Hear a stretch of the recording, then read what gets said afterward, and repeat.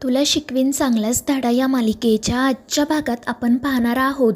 अक्षरा अधिपतीच्या केसांना तेल लावत असते आणि त्याचे आभार मानत असते. तर अधिपती म्हणत असतो की मास्तरीनबाई, तुम्ही माझे आभार कशासाठी मानताय? तर अक्षरा म्हणते की मी मॅडमसमोर शाळेचा विषय काढला, दान करण्याबद्दल बोलले आणि तेव्हा तुम्हीसुद्धा माझी बाजू घेतली, माझ्या पाठीशी खंबीरपणे उभा राहिलात आणि म्हणूनच मी तुमचे आभार मानते. खरंच तुमच्यामुळे खूप मोठं काम पूर्ण झालं. आता कोणत्याही मुलाचं शिक्षण अर्धवट राहणार नाही. तर अधिपती म्हणत असतो की मास्तरीनबाई, खरं तर मी हे सगळं आईसाहेबांसाठीच केलं, कारण आपण जे काही करणार आहोत त्याचं पुण्य आईसाहेबांनाच मिळेल ना. आणि त्यावर अक्षरासुद्धा हो म्हणते. तर अधिपती म्हणत असतो की मास्तरीनबाई, यामध्ये खरं तर तुमचंसुद्धा कौतुक करायला हवं, कारण तुमच्याचमुळे आम्हाला शिक्षणाचं महत्त्व कळलं. आणि ते ऐकून अक्षरालासुद्धा आनंद होतो आणि मग त्यानंतर ती तेथून जाण्यासाठी निघते. मात्र अधिपती तिला थांबवतो आणि त्याच्या जवळच बसायला सांगतो. तो अक्षराला म्हणत असतो की मास्तरीनबाई, आपण 10 दिवसांसाठी बाहेर गेलो होतो तर आमचा अभ्यास मागे पडलाय, आता अभ्यासाचं कसं होणार? तर अक्षरा हसतच म्हणते की काही काळजी करू नका, मी तुमचा अभ्यास अगदी व्यवस्थित पूर्ण करून घेईल. त्यामुळे अधिपती खुश होत म्हणतो, खरं तर अभ्यासाचं नाव काढलं की आम्हाला टेन्शन येतं, पण तुम्ही आठवलात की आम्हाला छान वाटतं. तुम्ही आमचा स्ट्रॉंग पॉईंट आहात आणि वीक पॉईंटसुद्धा. तर अक्षरा त्याच्या खांद्यावर डोकं ठेवत म्हणते, आणि तुम्ही माझा डेस्टिनेशन पॉईंट आहात. त्यावर अधिपती म्हणतो, डेस्टिनेशन म्हणजे ठिकाण ना. आणि तो डेस्टिनेशनचं स्पेलिंगसुद्धा सांगतो. त्यामुळे अक्षरा तर खूपच खुश होते आणि ती अधिपतीला सांगते की डेस्टिनेशन म्हणजे फक्त ठिकाण नाही, तर एखादी जागा जिथे आपल्याला पोहोचायचं आहे. आणि ते ऐकून अधिपतीसुद्धा खुश होतो. तर दुसरीकडे निखिल इराला विचारत असतो की तुझ्या आईला अचानक काय झाले, ती अशी का वागतीये? तर इरा म्हणत असते की तिला असं वाटते की आपण दोघांनी लवकरात लवकर लग्न करावं, आणि तू तर काही लग्नाचं नावच काढत नाही आहे आणि त्याचमुळे ती अशी वागतीये. शेवटी त्या दोघांची सुद्धा काहीतरी कर्तव्य आहेतच ना. पण निखिल म्हणत असतो, अगं तू कोणत्या काळात जगते? आपल्या दोघांचे एकमेकांवर प्रेम आहे तेवढं पुरेसं नाही आहे का?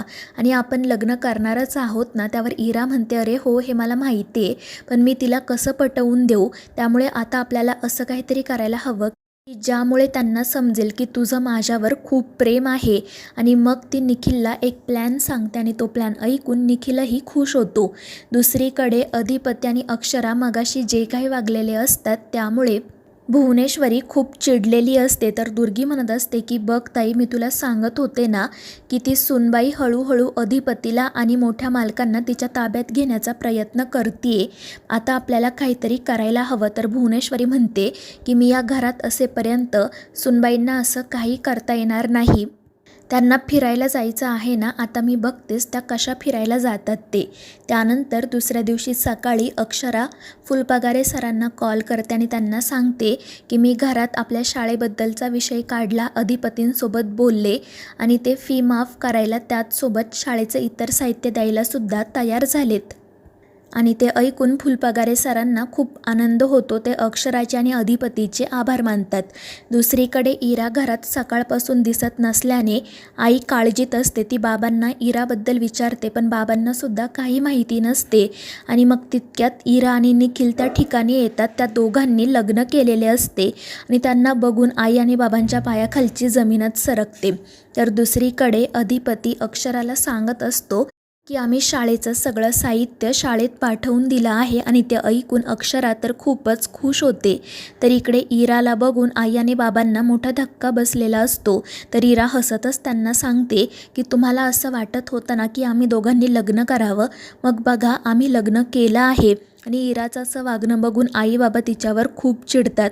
आई म्हणत असते की अगं तुझे आई वडील जिवंत आहेत, बहीण आहे, आणि तू आम्हाला न सांगता लग्न का केलं? पण इरा काही ऐकूनच घेत नाही.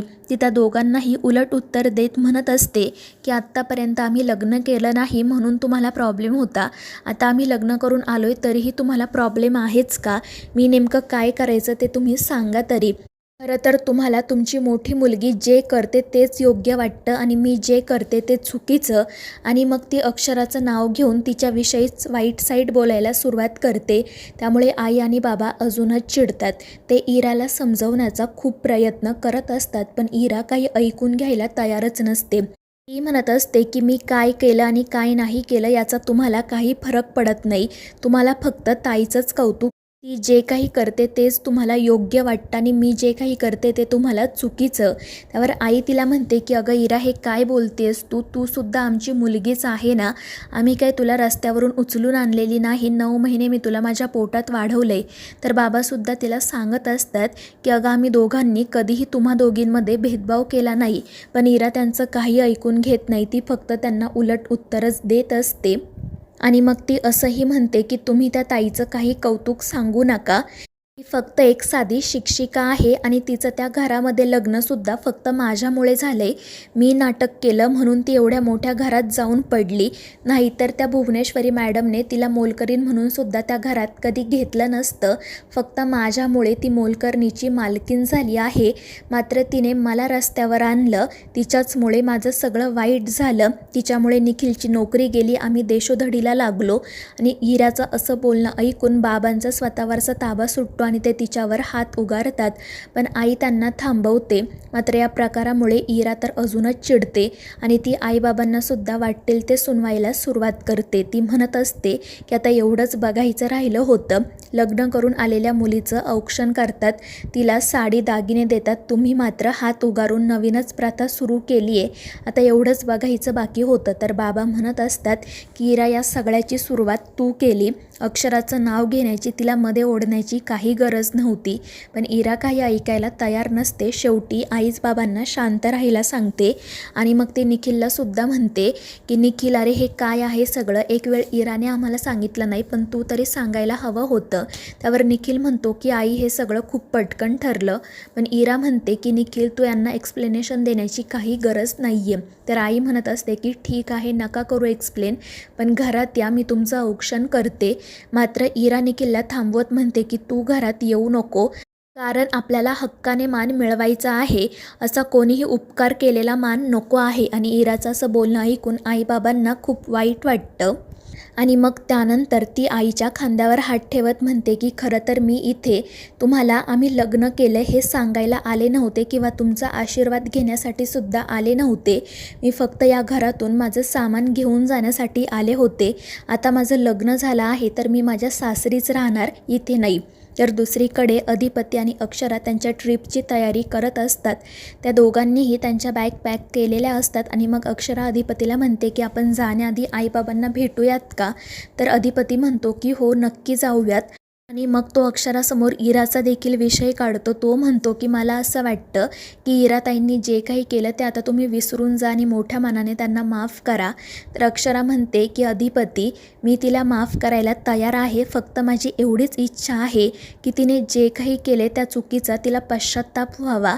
तर मित्रांनो, या मालिकेच्या पुढील भागांमध्ये आपण पाहणार आहोत भुवनेश्वरीच्या सांगण्यावरूनच इरा निखिलने लग्न केलेले असते आणि त्या बदल्यात भुवनेश्वरी इराला वाटेल तेवढे पैसे द्यायला तयारही झालेली असते. आणि मग त्यानंतर अक्षरा आणि अधिपती आईबाबांच्या घरी जातात. त्यावेळी त्या ठिकाणी इरा आणि निखिलसुद्धा असतात. तर मित्रांनो, या मालिकेच्या पुढील भागांच्या अपडेट्ससाठी आपल्या चॅनेलला सबस्क्राईब करा.